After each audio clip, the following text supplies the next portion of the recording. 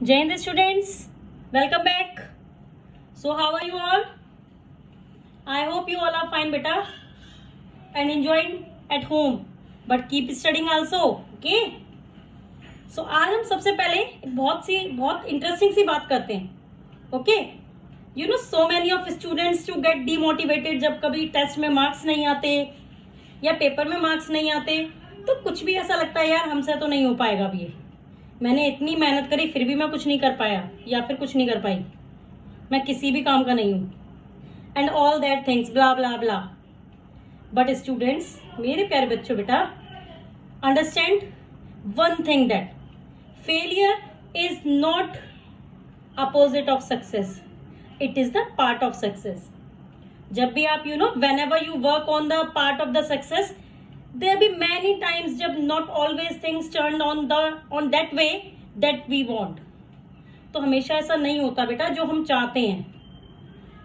कभी भी हमें वो चीजें नहीं मिलती एकदम से जो चीजें हमारे को चाहिए. राइट? लाइफ में सबको सब कुछ नहीं मिलता. हमें अपने फेलियर से सीखना चाहिए. Failures are actually a part of success. Failures हमें बहुत कुछ सिखाते हैं. दे आर द लेसन्स जिनको सीख के हम सक्सेस की तरफ बढ़ सकते हैं. एंड लाइफ में कुछ भी इम्पॉसिबल नहीं होता है, ही नहीं कुछ भी लाइफ में impossible, because impossible itself says I am possible. Right? So take your failures as power and stand up again. और जी जान से लगा दो मन पढ़ाई में कि हमें कुछ करके दिखाना है. All right? Clear student? So start with this thought. हम सबसे पहले बात करते हैं लिंग्विस्टिक स्टेट्स की. 3 चीजें हैं इसके अंदर. लिंग्विस्टिक स्टेट्स, देन हमारी language policy and then last centre state relations. अब ये तीनों चीजें होती क्या है ये मैम? ये सारी चीजें हमें कुछ नहीं समझ में आ रहा. ओके बेटा, तो सो देखो आप, लिंग्विस्टिक स्टेट्स की जब मैं बात करती हूँ तो लिंग्विस्टिक स्टेट्स का मतलब होता है रिलेटेड टू लैंग्वेज. लैंग्वेज से जो एक चीज रिलेट होती है that is called linguistic. So you know the meaning of linguistic states. अब लिंग्विस्टिक स्टेट्स मीन्स लैंग्वेज के बेसिस पर जो स्टेट्स बने हैं. Clear? So creation of linguistic states was the first and major test for democratic politics in the country.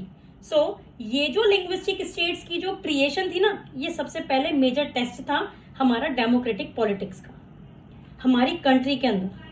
देखो बेटा, एक बात बताओ, 9th स्टैंडर्ड से 10th स्टैंडर्ड में प्रमोट होने के लिए हम टेस्ट देते हैं. अगर 10th में पास हो जाओगे तभी आप 10th स्टैंडर्ड से प्रमोट होगे. अगर 10th के बोर्ड एग्जाम से अगर आप पास हो जाते हैं तब हमारा 11th स्टैंडर्ड में प्रमोशन होता है. राइट? तो बेसिकली इन लिंग्विस्टिक स्टेट्स का क्रिएशन का भी सबसे पहला मेजर टेस्ट क्या है? It was the creation of linguistic states. Clear? So now next point is, since independence in 1947, old states have vanished and new states have been created. तो independence के time में, independence कब हुई थी? 1947 में. Independence से ही जो भी पुराने ओल्ड स्टेट्स थे ना, वो गायब होते जा रहे थे, वो डिसअपियर होते जा रहे थे और नए नए स्टेट्स क्रिएट होते जा रहे थे. Clear? So areas, boundaries and name of the states have been change. मतलब अलग अलग जो ऑलरेडी एग्जिस्टिंग स्टेट्स थे उनकी एरियाज, उनकी बाउंड्रीज रिवाइज हो रही थी. एंड साथ में बहुत सारे स्टेट्स के तो नाम भी बदले जा रहे थे कि जो पौंडीचेरी था वो किस नाम से जाना जा रहा था? उसका नाम पुडुचेरी हो गया था. राइट? अब बेटा एक बात बताओ कि ये जो बाउंड्रीज थी ये चेंज हो रही थी. ये क्यों चेंज हो रही थी?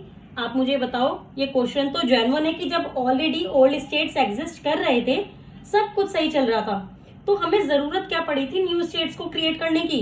What was the reason behind this? What was the requirement of creating a new states? So बेटा द रीजन वाज, हम नया स्टेट्स इसलिए बना रहे थे ताकि जो भी लोग सेम लैंग्वेज बोलते हैं, it means boundaries of old states were change. This was done so that people speaking the same language lived in the same state. It means the people who speaks the same language should live in the same area. अब बेटा देखो, जो नए states create हो रहे थे उसकी वजह से और स्टेट्स की बाउंड्रीज क्रिएट हो रही थी.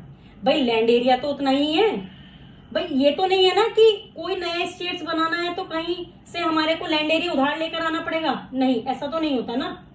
तो लैंड एरिया तो हमारे पास उतना ही था। तो ओल्ड स्टेट्स की boundaries also had to be revised in order to create the new states. Clear? अब वो क्यों कर रहे थे? ताकि सेम लैंग्वेज स्पीकिंग कम्युनिटी जो है वो एक साथ रह सके, आराम से रह सके। जब आप मुझे एक बात बताओ कि suppose you are sitting in a place where two people, one people speak same language as yours and the other people speak some other language जो आपको आती ही नहीं है, तो आप किससे ज्यादा बात करने में कंफर्टेबल फील करोगे या आप किसके साथ कंफर्टेबल रहोगे? You will definitely be more comfortable in talking to the person जो आपकी जैसी भाषा बोलता है, राइट? ये तो नहीं होगा ना कि यार ये क्या बोल रहा है, ये तो मेरे सर के ऊपर से ही जा रहा है, मुझे कुछ नहीं समझ में आ रहा, ऐसा तो नहीं होने का ना एटलीस्ट, राइट? क्लियर बेटा? सो now next point is states created not on the basis of language but for differences based on culture, ethnicity और ज्योग्राफी। तो अब क्या था बेटा, स्टेट्स जो हैं वो धीरे धीरे क्रिएट्स होते जा रहे थे on the basis of language, लेकिन language was not the only reason.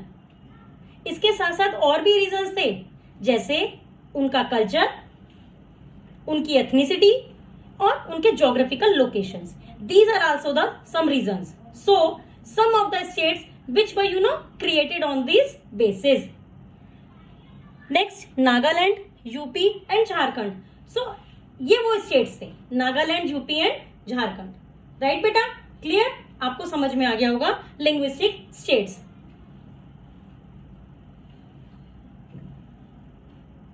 सो अब बात करते हैं fear behind creating states. Fear behind creating states की तरफ अब हम चलते हैं। तो national leaders feared that it would lead to the disintegration of the country.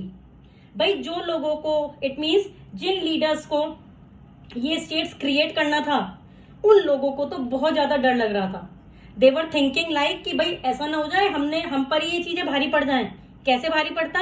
उनको लगता था कि अगर हम नए स्टेट्स को क्रिएट कर देंगे that will lead to the disintegration of the country.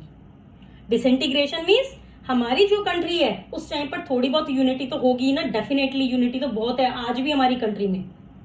तो अगर हमारी जो यूनिटी है कहीं वो खत्म तो नहीं हो जाएगी, the country will be broke into fragments, वो सेपरेट हो जाएगी। तो इसीलिए हमें नहीं बनाना चाहिए। So now central government resisted linguistic states for some time, और बहुत टाइम तक ऐसा भी हुआ जो सेंट्रल गवर्नमेंट ने उन्होंने इस लिंग्विस्टिक स्टेट्स को रेसिस्ट भी करा कि कुछ हो जाए, किसी ने किसी भी तरीके से हम लिंग्विस्टिक स्टेट्स की क्रिएशन को रोक दें। Clear? But in reality the formation of the states had made the country for more United and made administration easier. लेकिन ग्रेजुअली उनके सामने एक बहुत बड़ी सच्चाई सामने आई। अब सच्चाई क्या थी? दे एक्चुअली रियलाइज कि ये जो फॉर्मेशन ऑफ द स्टेट्स है, न्यू स्टेट्स, उससे हमारी कंट्री बल्कि ज्यादा यूनाइटेड होगी, उससे एडमिनिस्ट्रेशन और ज्यादा आसान हो जाएगी। So this will be a good thing for us. तो फिर उन्होंने लिंग्विस्टिक स्टेट्स बना दिए, खुश होकर, हैप्पी होकर उन्होंने लिंग्विस्टिक स्टेट्स को क्रिएट कर दिया। ओके, सो नाउ अब नेक्स्ट क्या हुआ? Now move on to the next topic that is language policy. So अब ये जो लैंग्वेज पॉलिसी है ना बेटा, ये हमारा एक सेकंड टेस्ट है फेडरलिज्म का, that is the second test for federalism. Next point, our constitution did not give the status of national language and any one language. तो हमारी जो कॉन्स्टिट्यूशन है बहुत ही स्मार्ट लोगों ने बनाई है, यहां पर भी उन्होंने बहुत स्मार्टली मूव करा। और वो क्या मूव करा होता उन्होंने? दैट वाज कि जो हमारी कॉन्स्टिट्यूशन है उसमें नेशनल लैंग्वेज का स्टेटस किसी एक लैंग्वेज को नहीं दिया। आप ये देखिए हमारे कॉन्स्टिट्यूशनल मेकर्स कितने ज्यादा स्मार्ट थे, कितने ज्यादा उन्होंने स्मार्टली मूव किया कि किसी भी लैंग्वेज को उन्होंने अपने कॉन्स्टिट्यूशन में किसी को भी एक नेशनल लैंग्वेज का स्टेटस नहीं दिया। क्यों? क्योंकि उन्हें पता था कि भाई इतनी सारी लैंग्वेज है, इतने सारे स्टेट्स हैं, अगर हमने किसी एक लैंग्वेज को नेशनल लैंग्वेज बना दिया तो पक्का कलेश है हमारे यहाँ इंडिया में, पक्का डिस्प्यूट्स ही होंगे। तो उन्होंने क्या किया? उन्होंने Hindi and English are the official language, but Hindi is the mother tongue of only about 40% of Indians. तो उन्होंने देखिए क्या किया, हिंदी एंड इंग्लिश को बना दिया ऑफिशियल लैंग्वेज। लेकिन अगर मैं बात करूं हिंदी की, तो हिंदी हमारी मदर टंग है, मातृभाषा जरूर है, लेकिन 40%, सिर्फ 40% of the Indian speaks Hindi. Clear? तो अब क्या हुआ, अब उन्होंने दिमाग लगाया, बहुत ज्यादा दिमाग लगाया। Besides Hindi 22 other languages are recognised as scheduled languages by the constitution. अब देखिए उन्होंने क्या दिमाग लगाया, they went to a conclusion कि हिंदी के अलावा 22 दूसरी और अदर लैंग्वेजेस को भी उन्होंने रिकॉग्नाइज कर दिया as scheduled languages by the constitution. Clear? So बहुत ही स्मार्टली मूव करी थी उन्होंने। तो scheduled language are basically the languages which are, जो बेसिकली जो हमारे इस शेड्यूल में मेंशन है, हमारे इस कॉन्स्टिट्यूशन में जो मेंशन है, ये जो लैंग्वेज है इसके पीछे का मतलब सेंस क्या बनता है, जितनी भी ये 22 शेड्यूल्ड लैंग्वेजेस हैं, जो स्टेट्स हैं, they all are free to use whichever the language they want. भाई उन पर किसी तरीके का कोई डंडा लेकर नहीं खड़ा होगा कि तुम्हें तो यही लैंग्वेज बोलनी है या तुम्हें तो यही लैंग्वेज आती है तो आप सिर्फ यही लैंग्वेज बोलो, ऐसा नहीं है। Clear? So they could decide any language for their official purposes. Okay, समझ में आ गया बेटा? वहां पर किसी तरीके का कोई प्रेशराइज नहीं था, आप किसी भी तरीके की लैंग्वेज को आप प्रेफर कर सकते हो, because besides Hindi 22 other languages are recognised as scheduled language by our constitution. Clear? So now moving ahead, अब आता है हमारा द केस ऑफ 1965। अब अगर हम, आपको याद हो, आपने पावर शेयरिंग में पढ़ा भी था श्रीलंका के बारे में। श्रीलंका में बेसिकली हुआ क्या था, श्रीलंका के अंदर जो सिनाला स्पीकिंग कम्युनिटी थी ना, आपको याद होगा ये चैप्टर, उन्होंने सिनाला लैंग्वेज को बना लिया था कंट्री की official language, disregarding the country. So उससे they were very infuriated and as a result क्या हुआ वहां पर, सिविल वॉर। तो इंडिया के लीडर्स जो थे वो ये नहीं चाहते थे कि इंडिया में भी कोई ऐसी सिचुएशन आए जिससे लोग एक दूसरे से लड़ना शुरू कर दें। तो 1945 में क्या हुआ देखिए, इन 1965 में central government try to keep Hindi as official language, but non Hindi speaking states demanded the use of English. तो 1965 में सेंट्रल गवर्नमेंट आल्सो ट्राई, मतलब सेंट्रल गवर्नमेंट कोशिश कर रही थी कि हिंदी हमारी ऑफिशियल लैंग्वेज बने, लेकिन हिंदी के अलावा भी बहुत सारे लोग ऐसे थे जो दूसरी दूसरी लैंग्वेजेस बोलते थे। तो बेसिकली जो नॉन हिंदी स्पीकिंग स्टेट्स थे, उन्होंने क्या डिमांड किया, उन्होंने डिमांड किया कि नहीं भाई, इंग्लिश भी होनी चाहिए हमारी official language.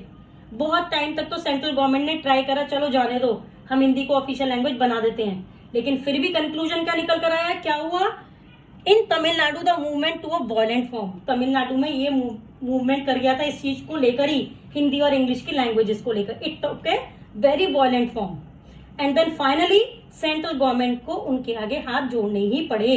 So the central government agreed to continue both Hindi and English as a official language. तो सेंट्रल गवर्नमेंट ने एग्री कर दिया, they agree to continue both Hindi and English as a official language. Clear बेटा? समझ में आ गया सभी को? So now moving ahead to a next topic, that is centre state relations. So now अब आता है हमारा third point, that is the centre state relations. अब आप मुझे एक बात बताओ कि अगर फॉर एग्जाम्पल सपोज दो फ्रेंड्स हैं, ऐसा जरूरी तो नहीं कि दोनों की हर जगह हर चीज में थिंकिंग मैच करती हो, ऐसा नहीं होता बेटा। कहीं ना कहीं हम लोगों के क्लैशेस होते ही हैं, भले ही हम दो बेस्ट फ्रेंड्स हैं, कहीं ना कहीं मीठी मीठी लड़ाई भी हो जाती होगी। कहीं ऐसा भी होता होगा कि नहीं भाई तू सही बोल रहा है, नहीं तू सही बोल रहा है, ऐसा होता होगा। अब क्या हुआ यहाँ पर, हम डिस्कस करेंगे कि सेंटर और स्टेट्स के बीच में कैसे रिलेशन चल रहे थे। तो इनिशियली सेंट्रल गवर्नमेंट बहुत ही स्मार्ट थी, उनको पता था कि उनके पास काफी ज्यादा पावर्स हैं, तो इन्होंने मतलब सेंट्रल गवर्नमेंट ने इन पावर्स का मिसयूज भी करा कि हम क्यों दे स्टेट्स को कोई भी power. For a long time the same party ruled both at the centre and most of the states. बहुत लंबे टाइम तक एक सेम पार्टी ही सेंटर को भी रूल करती थी और साथ में मेजोरिटी ऑफ द स्टेट्स को भी रूल करती थी। क्लियर? इससे क्या हुआ, अगर हम फेडरलिज्म की बात करें तो उसका मतलब क्या होता है कि सेंटर के साथ साथ सारे के सारे स्टेट्स इक्वल पावर होनी चाहिए, लेकिन ऐसा नहीं हुआ। तो जब सेंटर और स्टेट्स को एक ही पार्टी रूल करती थी, then this limited the powers of the state government to exercise their rights. तो उस पर बेसिकली जो स्टेट्स गवर्नमेंट थी उसकी पावर्स लिमिटेड हो गई थी, उनको अपनी पावर्स को एक्सरसाइज करने का बहुत ज्यादा मौका ही नहीं मिलता था।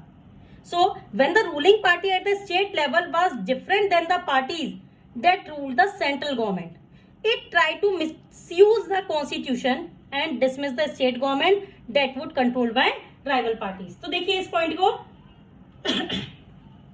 तो जब रूलिंग पार्टी, ऐसा भी होता था ना, जब स्टेट्स की रूलिंग पार्टी अलग हो और सेंटर की रूलिंग पार्टी अलग हो, तो सेंट्रल गवर्नमेंट वाले ना बहुत ही मतलब क्रूअल थे, फ्रॉड करते थे, बहुत ही ज्यादा मतलब क्रूअल्टी के साथ काम करते थे।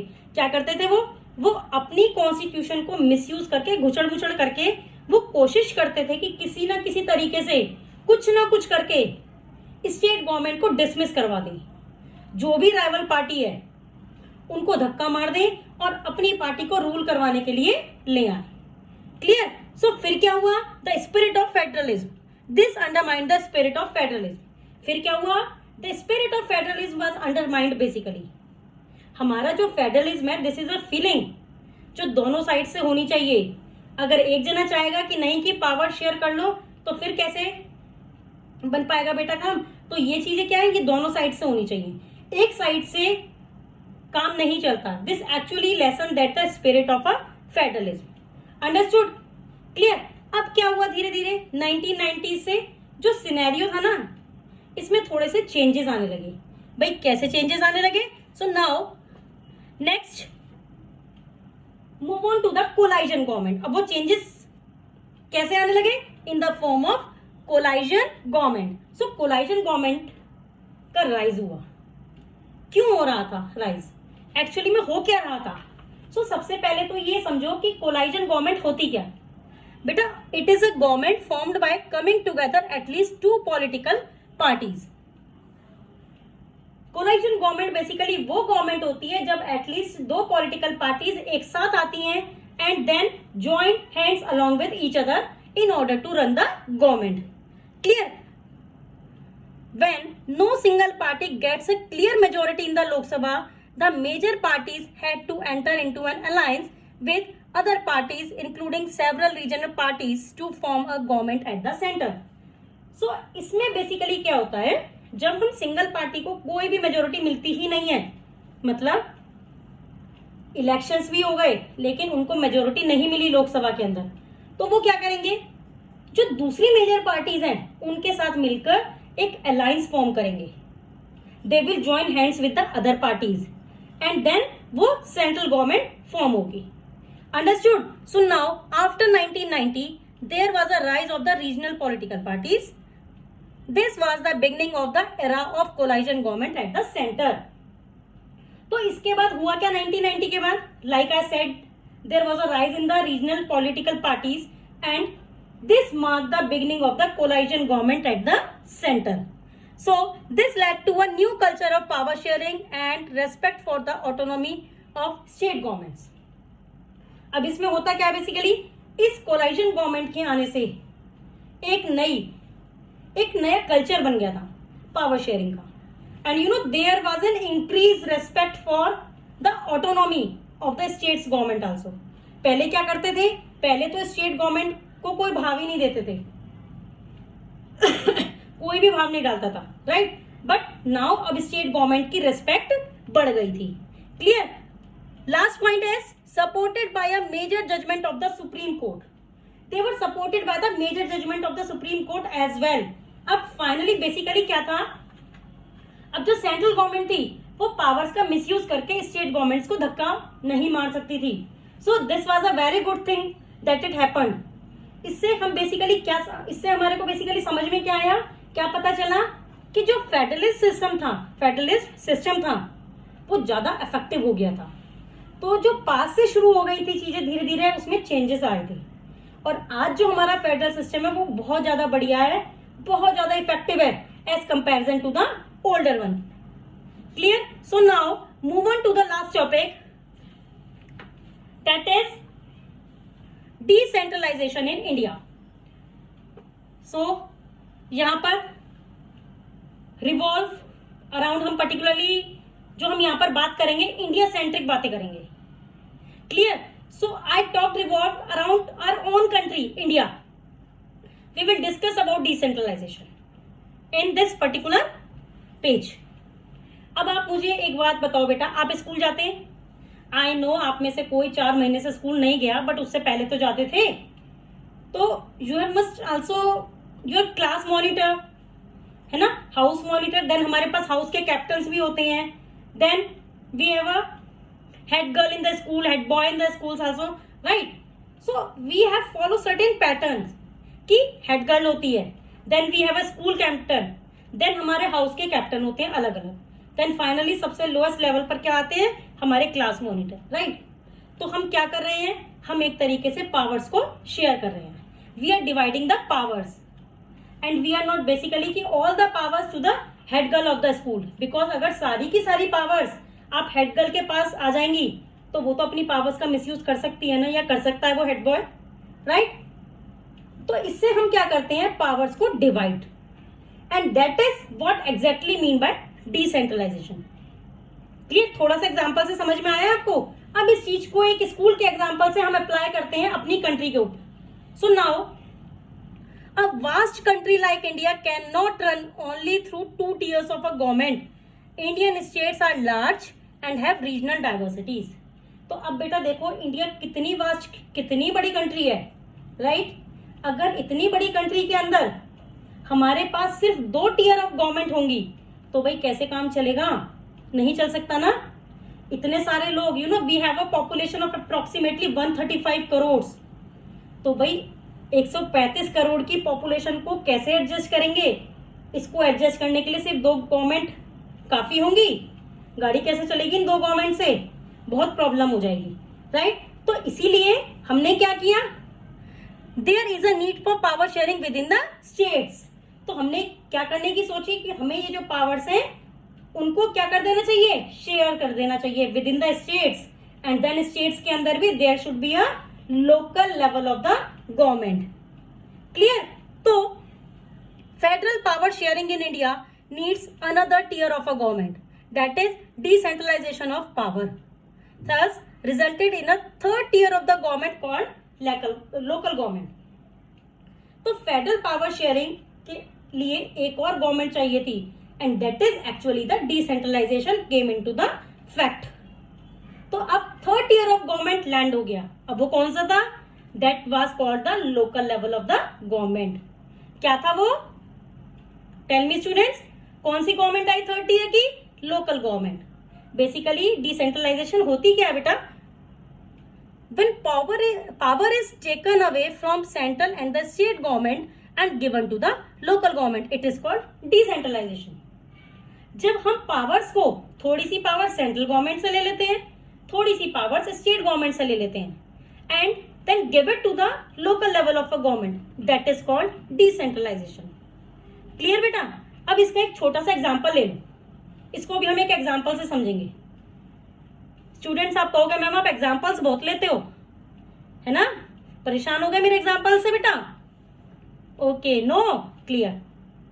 सो बेटा हम इसको भी एक एग्जांपल से समझेंगे. Suppose you are like 3 people, to let's you are the 3 friends. तो आपका एक फ्रेंड सपोज टिफिन लाना भूल गया, स्कूल में लंच लाना भूल गया, तो आप उसको बोलोगे कि नहीं भाई भूखा मर जा तू आज? ऐसा तो नहीं बोलोगे ना, because you are actually a friend after all, है ना? So one friend will give a part of the lunch and other friend will give some part of the lunch to that friend. ऐसे ही तो होगा ना? तीनों लोग एकदम बढ़िया खुश होकर फुल पावर्स के साथ आप लोग क्या करोगे? सबने हैप्पी हैप्पी लंच भी कर लिया. All of them had there lunch, right? तो हमने क्या किया? हमने इसको इंडिया में अप्लाई करके देखा. कैसे? हमने सेंट्रल गवर्नमेंट से थोड़ी सी पावर्स ले ली, स्टेट गवर्नमेंट से थोड़ी सी पावर्स ले ली, और हमने वो किसको दे दी? हमने उसको लोकल लेवल को दे दिया कि भाई जा तू भी ऐश कर, मौज कर तू भी. अब जो ये नीड है डिसेंट्रलाइजेशन की वो क्या है? This was the need for decentralization was recognized in our constitution. So this was also recognized by our hero. हमारे हीरो कौन है? यहाँ पर हमारे हीरो है कॉन्स्टिट्यूशन. जो भी चीजें कॉन्स्टिट्यूशन में लिखी होती हैं वो तो होती ही होती है definitely, right? So this was also been recognised the need for decentralisation. Basically it was recognised by our constitution. अब इस लोकल लेवल ऑफ गवर्नमेंट को हमने बना तो दिया, लेकिन इसकी इंपॉर्टेंस क्या है? इट मीन्स इसकी जरूरत क्या है? भाई अच्छा खासा सिस्टम चल तो रहा था, तो हमने ये बनाया ही क्यों?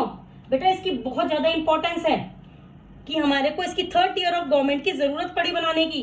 सो now move on to the next point, that is importance of local government. तो अब हम इसको समझते हैं. देखो बेटा, सबसे पहले देखिए, large number of problems in issues are best settled at local level. Large number of peoples problems in issues are best settled at the local level. देखो जो हमारी कंट्री है बेटा, इतने सारे लोग हैं, तो डेफिनेटली प्रॉब्लम्स भी बहुत सारी होंगी. तो जो प्रॉब्लम्स हैं वो बेस्ट कैसे सेटल होती हैं? लोकल लेवल पर सेट होती हैं बेटा. अगर आपकी अपने भाई से कोई लड़ाई हो गई, सपोज, अगेन एग्जांपल मैम, है ना? बेटा एग्जांपल्स मैं आपको इसीलिए देती हूँ जिससे कि आपको ये पॉइंट्स जो हैं वो माइंड में आप इजीली कैप्चर कर सको. क्लियर? सो इस पॉइंट पर मैं आपको ये एग्जांपल दूंगी कि अगेन आपकी अगर भाई से लड़ाई हो जाती है तो आप क्या करोगे? पूरे मोहल्ले को इकट्ठा करोगे या पूरे खानदान को फोन करके बताओगे, भाई मेरे भाई ने आज मुझे चॉकलेट नहीं दिया, मेरे को टीवी का रिमोट नहीं दिया. कितना खराब लगेगा ना सबको, है ना? ऐसे तो नहीं होता ना, right? So please sort it out self eight the local level. आप इसको अपने लेवल पर ही सॉर्ट आउट करना चाहोगे. ज्यादा से ज्यादा क्या करोगे आप? मम्मी से शिकायत लगा दोगे कि मम्मी भैया मेरे को चॉकलेट नहीं दे रहा, या मम्मी भैया मेरे को वो रिमोट नहीं दे रहा. इससे ज्यादा तो कुछ नहीं करोगे ना. So this one is very important thing about the local government, कि हम लोकल लेवल पर सारे इश्यूज को सॉल्व कर सकते हैं. हमारे को जरूरत नहीं है बड़े लेवल पर दरवाजा खटखटाने की. So now move on to the next point, people can participate directly in decision making. Best importance of local government क्या? Then people can participate directly in decision making. Definitely बेटा, सारे के सारे लोग जो हैं, देखो इतनी सारी जनता है हमारे यहाँ पर, अगर सारे के सारे डिसीजन मेकिंग में बैठे तो कितनी सदियां लग जाएंगी एक डिसीजन को इम्पोज करने में. When you divided a particular area into segments, तो वहां पे जो लोग हैं वो डायरेक्टली डेफिनेटली डिसीजन मेकिंग में पार्टिसिपेट कर सकते हैं without any doubt. Clear? Now next point, people have better knowledge of problems in your locality.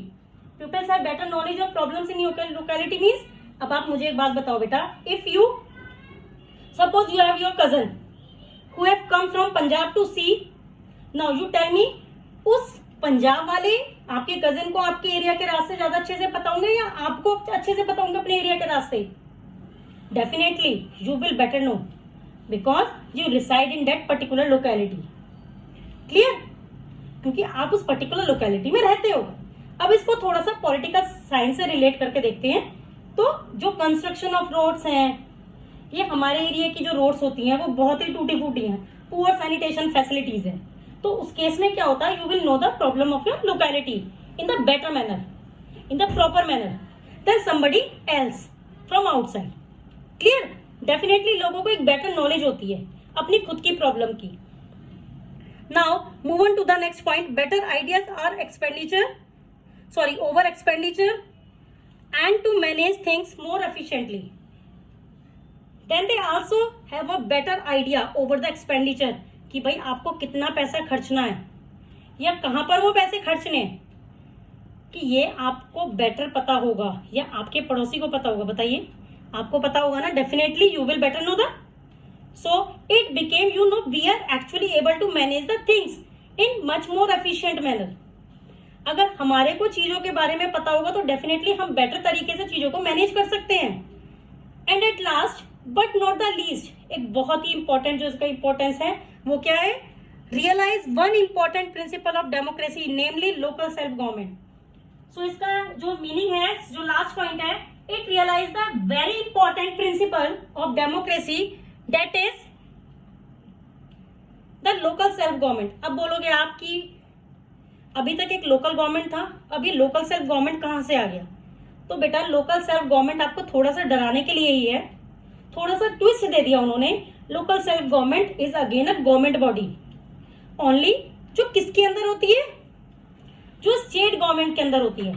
तो जो हमारी कॉन्स्टिट्यूशन के जो 74th अमेंडमेंट्स हुई थी उसमें बेसिकली रिकॉग्निशन दिया था, प्रोटेक्शन दिया था to the local level of the government, because उससे पहले हमें कोई प्रोटेक्शन नहीं थी, कोई रिकॉग्निशन नहीं थी।